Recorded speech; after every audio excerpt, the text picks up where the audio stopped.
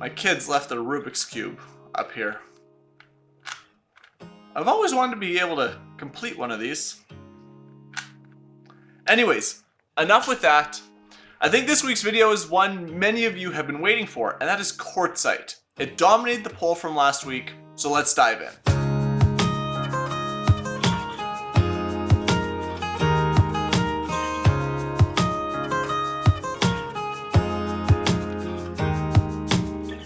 Welcome back to the channel, everyone, as we continue our exploration of kitchen countertops. Mining jokes. What? Kids are laughing at me across the room. Apparently it's not funny. Anyways, let's dive into quartzite, and as you'll see throughout the video, we're going to spend a lot of time comparing back to engineered quartz or man-made stone. And the reason for that is I find most of my clients are in this comparison or debate of their own. So to kick things off, what is quartzite, and is it any different from quartz countertops? And to answer this question, we're going to get a little nerdy for a second. Quartzite is a rather abundant, naturally occurring metamorphic rock. It is created when sandstone or chert, both rich in quartz, undergo extreme heat and pressure caused by tectonic plate compression in the Earth's crust. I guess simply put, a couple massive slabs of earth down in the Earth's crust push together really hard and form quartzite. But hey, I'm no geologist. Quartzite is usually found in varying shades of white and gray. However, you can find some color options as well. The color variation of certain slabs is due to different mineral contents within the quartzite. This appearance, interestingly enough, is why many people will often mistake quartzite countertops for those of marble. All of this makes them very different from engineered quartz countertops, which are a man-made product in a factory. While both quartzite and engineered stone quartz countertops contain greater than 90% quartz, natural quartzite is quarried, it's sawn into slabs that will eventually become countertops. Whereas engineered quartz is a concoction of quartz fine particles or crushed quartz, resins, and binders that are ultimately vacuumed, vibrated, and compressed into a slab using Breton stone technology. So although the two largely consist of quartz material, they are quite different. How durable is quartzite? Well, I'll bring up that Mohs scale once again, and as we see, quartz sits at a 7 out of 10, making these countertops very hard and very durable. In fact, it is also harder than engineered quartz because natural quartzite doesn't contain all of those resins, those polymers, those binders that are used to hold the engineered stone together.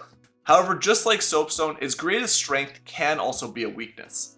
Because quartzite is a natural stone with striations and veining, it's more prone to chips and nicks. Whereas natural engineered quartz is a little bit more flexible due to those polymers and those binders that are included. Finally, quartzite has a relatively high resistance to acids that are known to cause etching in some of the other natural stone options, like marble, for example. However, we still need to be relatively careful when it comes to acids in stone countertops, as we'll discuss when we get to maintenance. That brings us to the pros and cons. Now, in the past couple weeks' videos, we created nice and tidy lists. And you'll see that done with many different sites or fabricators around on the internet, creating these tidy pros and cons lists for quartzite. However, I find quartzite is a bit of an odd duck in this department, and we're going to attack it from a slightly different angle and just discuss quartzite's feature set as a whole. So first and foremost, quartzite is durable. In fact, we could even say it's more durable than the man-made quartz options out there. However, be careful dropping objects, it is still a natural stone and is a little more prone to dinging, dents, chips, nicks, and cracks. Every slab of quartzite is unique. Just like the other natural stone options out there, you aren't going to find two identical slabs. This immediately gives your kitchen that individuality that no man-made product can offer. Quartzite is UV resistant, so if you're looking for countertops for an outdoor kitchen or bar, or even a countertop that is going to face direct UV rays consistently, this is a great option to consider. As I mentioned a few weeks ago, there's currently no manufacturer that warranties quartz for outdoor use. Therefore, if you're looking for something that is going to be hit by UV rays, quartzite's a great option. No fading, no cracking, no discoloration, just a beautiful countertop. Quartzite is a relatively low maintenance option. Kind of, sort of. Once sealed, quartzite is a relatively low maintenance option. How about that? But we'll dig a little bit more into this when we get down into maintenance. That brings us to porosity. Quartzite is porous and can stain. And although not nearly as bad as marble, it will soak up spills like red wine or tomato sauce. The only option here is regular sealing, at least annually. However, you will find some stone sealers out there that should be applied more often.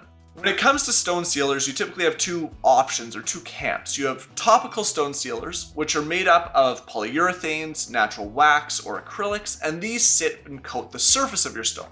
On the other hand, you have penetrating stone sealers that are made up of siliconates. The penetrating sealers soak into the stone and typically last a little bit longer than the topical sealers. So moving along, we have fabrication and installation, and this really should be left to the professionals. Quartzite is a really dense and hard and durable stone, and it requires many specialized tools in order to cut and shape. When it comes to fabrication, you'll find most shops using CNC machines to do the heavy work when it comes to shaping the stone and creating that finished product that's ultimately going to make its way into your kitchen. This fabrication process is also part of the reason quartzite is expensive, or at least it can be. Just like engineered quartz, quartzite slabs can range pretty widely in price. While you can find some around that $60 US per square foot mark, most of the ones I've come across hover around $100. However, slabs with rare colors or unique veining and striations can cost significantly more than that $100 mark, as that uniqueness or that rarity drives up the cost. Finally, we have quartzite and its resistance to heat. Now, there's quite a bit of conflicting information out there, with some folks saying that it's absolutely heat resistant and you never have to worry, while others say that it's not quite on par with that of a granite countertop. So I made a few calls to some people that work with this stuff every day, and here's their take. Being a natural stone, there is absolutely no reason that quartzite shouldn't hold up to the heat of a fresh pot or pan off your cooktop, or maybe even out of the oven. However, throw a hot plate or a trivet or a pot holder underneath because you have spent a ton of money. You have a very large investment in these countertops and you want to protect them for the long term. So basically, none of them were about to stick their necks out and say, you'll be 100% safe no matter what. And I think that's really the approach we should take with any countertop or any stone product. When it comes to these stone countertops, we don't know every mineral present. Typically, neither does the fabricator. And slabs are going to have slightly unique properties from one area to the next, simply because they are naturally created and not a uniform slab. Therefore, throw a pot holder down, protect your countertops from that heat, and enjoy them for many, many years to come. With that, let's take a look at maintenance. Now, I've already mentioned that quartzite will need sealing typically about once a year to protect it from staining. This is really the crucial part when it comes to maintaining your quartzite countertops. Neglecting this can, and likely will, result in damaged or stained countertops. But for fun, let's say you do go that route. You think to yourself, hey, quartzite's it's a hard, densely packed stone structure. I'm not going to worry about sealing them, we're just going to let them age as they will. Well, over time, with heavy use, like in a kitchen, they are going to discolor, they're going to develop holes or pitting, probably a chip here and there, and they could even potentially crack. However, it's not all bad news. A professional familiar with quartzite can repair, polish, and hone your quartzite, essentially restoring it to its original beauty. They can even repair cracked pieces. This is typically done using a clear resin or epoxy, acrylic adhesive of some sort that sets fast and typically enhances lighter shades that don't quite match that original polished finish. But let's say you do keep your counters sealed. Well, then warm water and soap is all you need to wipe them down and keep them looking brand new. Finally, remember a little earlier when I mentioned that quartzite is relatively safe and has a high resistance to acids that often cause etching in other natural stones like marble? But you still need to be safe? Well, it's because acetic and citric acids can interact with some topical stone sealers, effectively eliminating their function of sealing your countertop. This can leave some sections of your quartzite counters open to further abuse. So when it comes to sealing your quartzite, speak with your fabricator, your installer, and see what options they use or what they recommend. That way you can choose the best choice right from day one. So we've talked about the feature set of quartzite, we've talked about some of the maintenance that's required to keep your stone looking beautiful. Well, what about its friendliness to our environment? Is quartzite an eco-friendly product? Well, like many of the natural stone options, the answer is it depends. If you choose quartzite from domestic quarries, those close to where you live, you can minimize your overall carbon footprint. However, if you're looking for rare colors or unique veining, Well, those slabs may have to travel long distances from places like the mountains of Brazil or Mozambique, effectively increasing that carbon footprint. Another knock against quartzite is its density.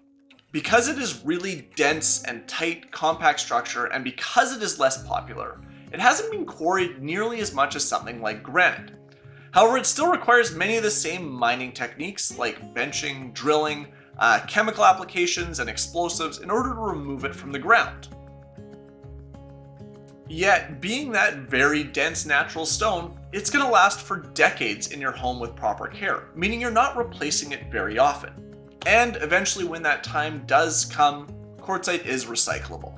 So is quartzite right for you? Well, I'm actually going to let you answer that question for me.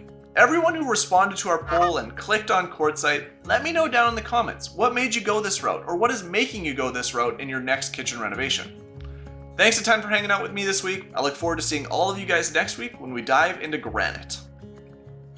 Well, not literally, that would kind of hurt. We'll talk about it. See you guys.